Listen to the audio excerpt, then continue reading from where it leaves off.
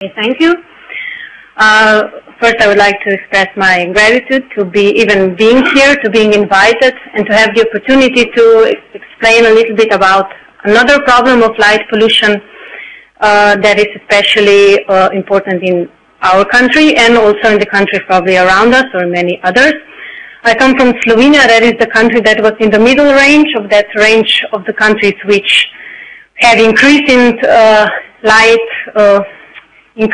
pollution, and not from Slovakia, who had amazingly blue, like negative version. So just to give you this little notice. Okay, so in my presentation I will talk about the project Life at Night and the study on bats and moths we did within this project and what kind of conclusions we were able to draw out of it and recommendations.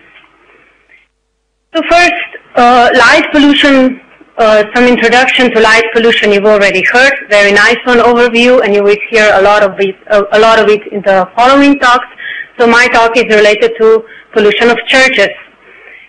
Here is the example, and another one like this. This could be night sky sometimes in Slovenia, where you can actually see some churches, right? It happened for the past 2 decades or more that many churches around the country got illumination. There are many reasons for it. Aesthetics, some kind of proudness of having their own church, and so on. We can have these discussions with the coffees. It's hard to find them all, what are the reasons. But churches are not just they are not unimportant in the countryside. They contribute a lot to the light pollution at night. I must say that Slovenia is probably one of the rare countries that has this regulated with a decree on limiting values of light pollution, which also explains what the limit of light pollution should be related to churches. I often say also objects of cultural heritage, because with us they're often both because of their value as frescoes and so on. But going into practice, that's another thing. So we still have landscape like that, where illuminated points have impact. They mimic, let's say, landmarks for night active animals and mean many disturbance factors for nightlife. So this was the reason for Project Life at Night. So we have a decree, but we don't put it in practice, or people ignore it, or there's a missing link somewhere. So we try to say if there is any possibility to make a step, let's say, from our point of view, and make sort of compromise and see if we can find a middle solution. Our target groups are bats and moths. Here is just a quick overview of impacts of light pollution on both of the groups without going into many details.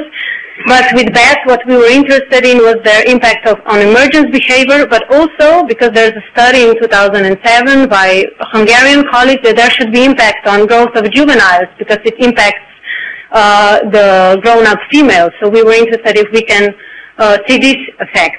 And on the other hand, of course, what is the impact on moths? Project, the objectives basically to improve the conservation status, but also within the project we developed a proposal of luminary that should fit this, let's say, middle way which I mentioned at the beginning, to approach a little bit to the ones that really feel that they really need to have church illuminated and diminish, or let's say make as small as possible the negative impact on living animals. The project has finished last month.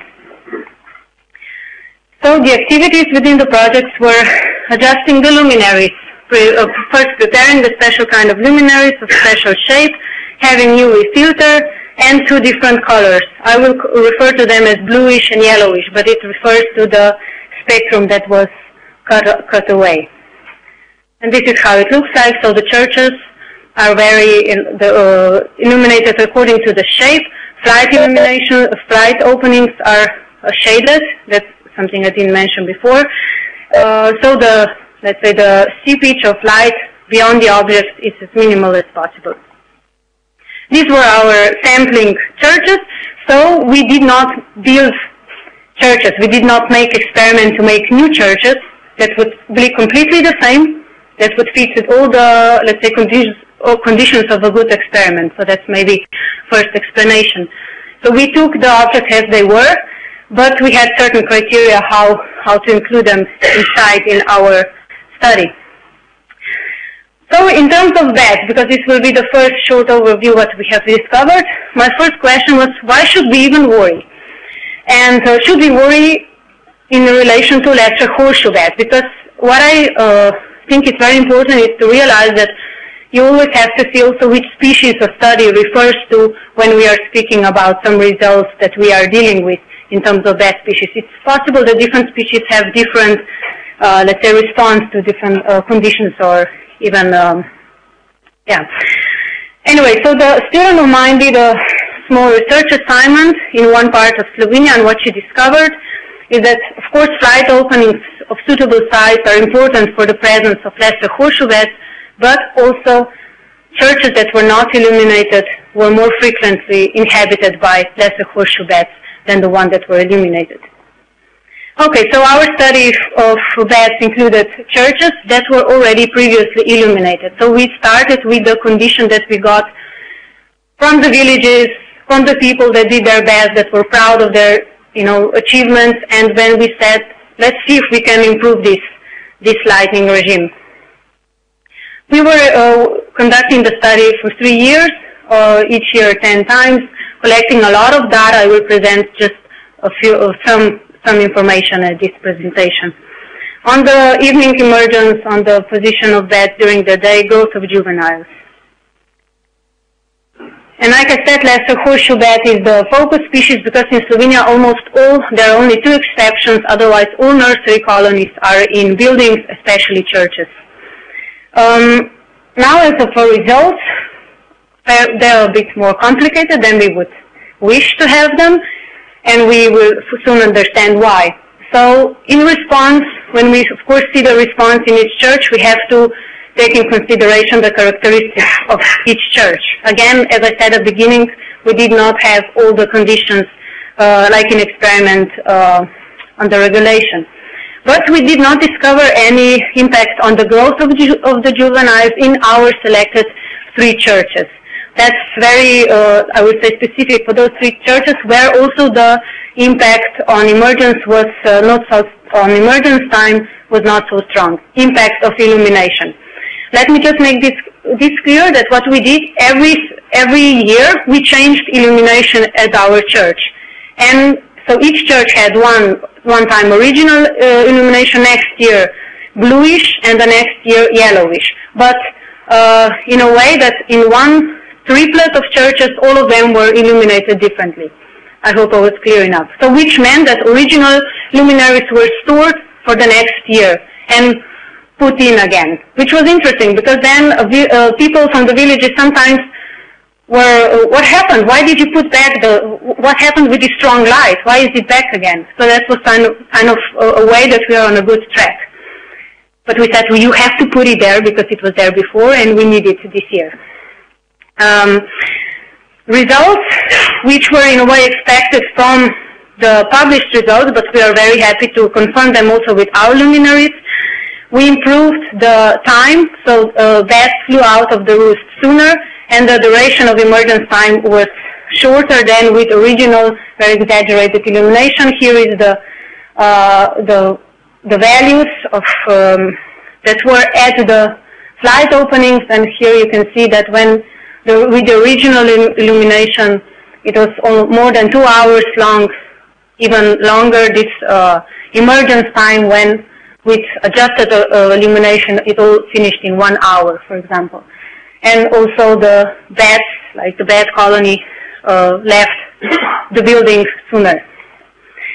Another, let's say, response we got was is the church belfries like this, which had more openings, flight openings. And what happened is, in the year when the flight openings that were toward the luminaries, like here, were heavily illuminated, significantly smaller proportion of bats flew out of those openings. While in the years when they were shaded, this ratio got reversed. So bats reacted to our improvement of light. Now let's go to moths. prey of bats, so what is good for moths is good for bats. This was worked by another team, by my colleague Dr. Voronik from the same university, and the group of experts working with him. And what they did was they were collecting the moths from the surfaces of churches, again illuminated with the same regime as I explained before, and also counted number of individuals and number of species. In this study, which included 21 churches around Slovenia, they registered 20% of species present in Slovenia. Only 21 churches affected 20% of species. So sometimes we are not aware how strong impact objects have, even small number. And some of them are very on the endangered list and worth of special consideration under protection, also under European legislation, not just national legislation. As for results, it was quite impressive. In the lights, here are all the churches pulled together, and with the lights that still contained UV, of course, number of individuals, number of species were really, really extremely higher, and just by cutting those parts of the spectra away, our impact was six times less damaging than with the original illumination. While for human eye, this is not a big thing, but as you can see for moths, this is a gigantic step.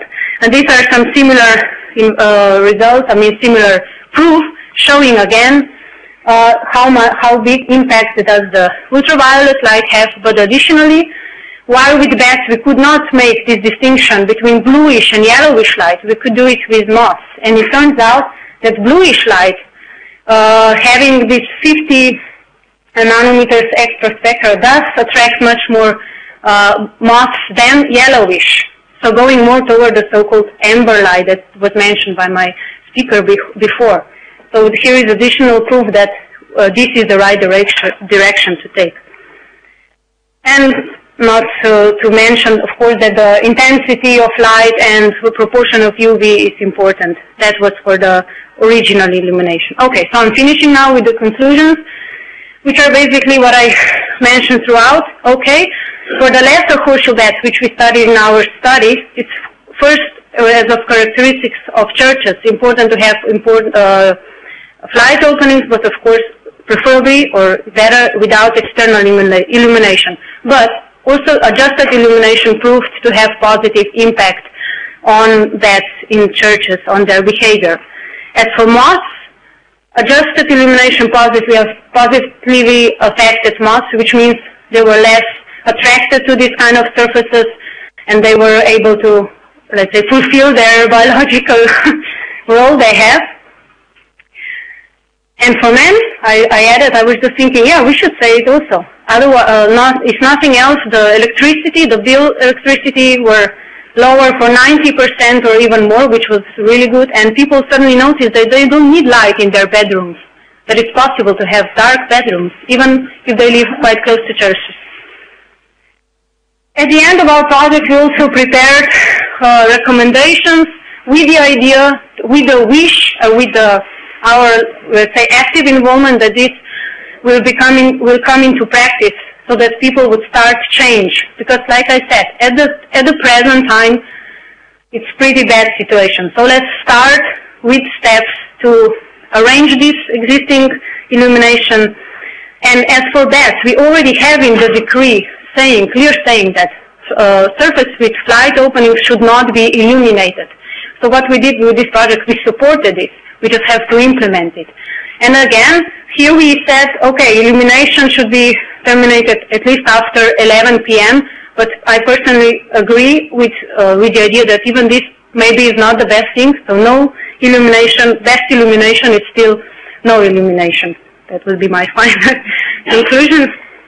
And of course I have to thank many people who cooperated, finances, and to you for your attention.